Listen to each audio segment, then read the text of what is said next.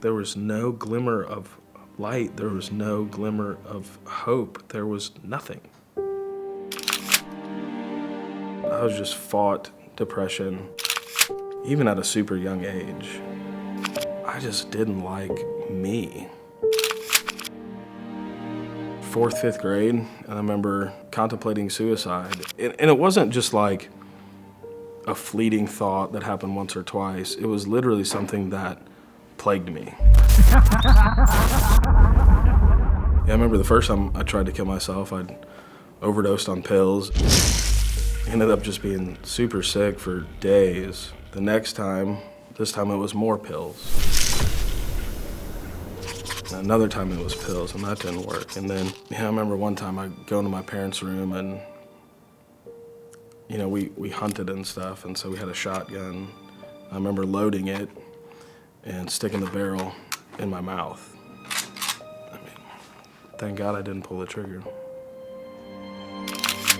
And so I was a senior in high school, and my parents decided they were kind of over the back and forth with punishing me, and they made me go to a drug counselor. It was through just conversations with him, because he was a Christian, and going to church and talking to my parents, that I wanted to give God a try. It was almost like this contract with God. It was like, if you make my life better, I'll serve you. And you got 3 months to pull it off. I expected to be free from depression and free from anxiety and free from hating myself. I expected that God was kind of like a genie that, well, I did what you said, like make everything better. And it didn't work. Remember there was this one day, I was a senior in high school, and I'm walking onto the football field a couple months after that decision. And I remember looking up to the sky, just talking to God. I said, God, you know what? Like, I've tried it your way. I don't like life anymore. I'm not any happier. I'm not any better. And I'm gonna do whatever I want, and I don't need you. That was the decision that led to the darkest 3 years of my life.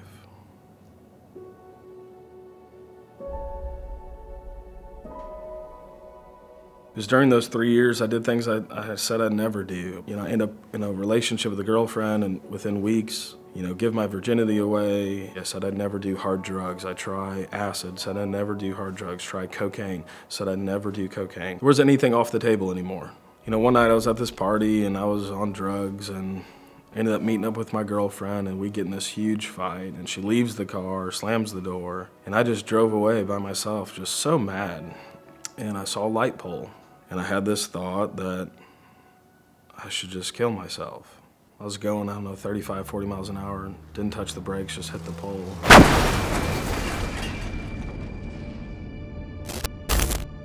I come to, and I just see this windshield of shattered glass, and I jump out of the car, and I lay there, and I'm in this giant puddle of blood, and I just honestly thought I was gonna die. They ended up putting about 100 stitches in my face. You would think after such a near-death experience that things would have gotten better, or would have had this wake-up call, and it just got worse. Did more drugs and partied more and wanted nothing to do with God. Even though I turned my back on God, it just seemed like he was just actively pursuing me and just letting me know that even though I'd turned my back on him, he hadn't turned his back on me. My mom starts going to these prayer meetings, and she's praying for me to get saved. And there's this lady at this prayer meeting that basically told my mom, she says, you have a son, he's called to ministry, and he's in this relationship, and that relationship's gonna end, and that he's gonna surrender, and he's gonna follow Jesus. They'd recorded it on a cassette tape. My mom plays the tape for me, and I listen to it. And she's like, Justin, that's you. It was the decision that I've debated making my whole life and tried to make and wrestled with and always knew I would, and then finally I just surrendered. It was in that moment that all the darkness and all the self-hatred that I had for years was just gone. And I was filled with light, and I was filled with hope. And so since making that decision, I just wanted to help as many people as I could, because I know the darkness that was in me. I know the hopelessness that was in me. And I just want people to find the freedom and find the hope that I've found in Jesus.